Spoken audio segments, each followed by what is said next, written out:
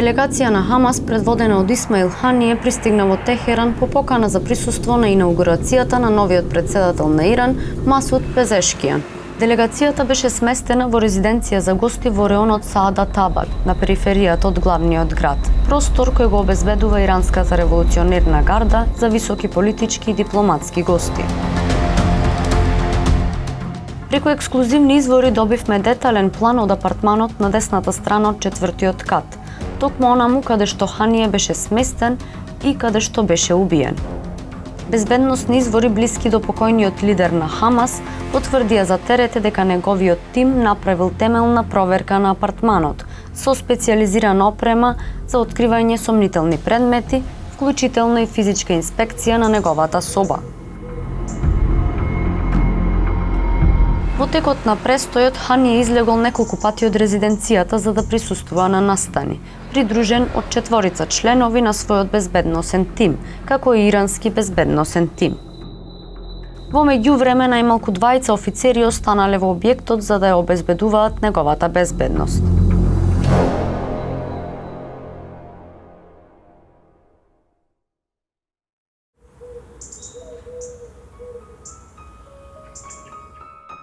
Вторник беше бурен ден во Техеран.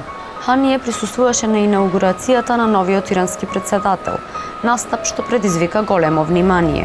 Потоа го посвети музеот на Палестина во Техеран, заедно со генералниот секретар на исламскиот џихад.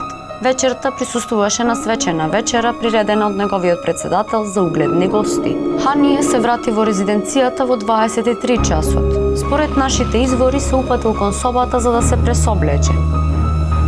Па потоа ги клањал магриб и јација намазите, заедно со неколку членови од својот тим.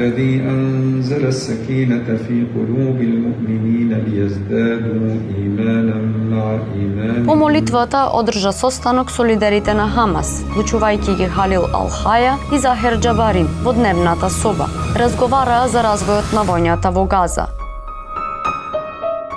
Но нивниот состанок беше засенет од веста за убиството на висок представник на Хезболах. По околу 1 час од разговорот, Хание, видно изморен, се исправи на каучот и задрема околу 20 минути. Потоа се разбуди и продолжи со разговорот до 1 часот по полноќ. По завршувањето на состанокот, сите се упатија кон своите соби. Хание се упати кон својата соба околу 1:10 часот, придружен од својот помошник Васим Абу Шаабан, кој остана буден. Васим застана пред собата на Хание, извади мал Куран и почна да рецитира.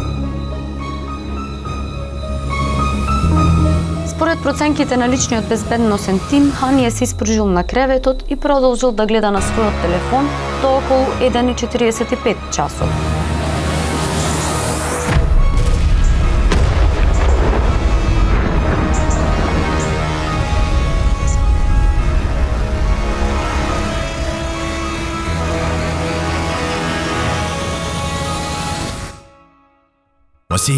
وسيم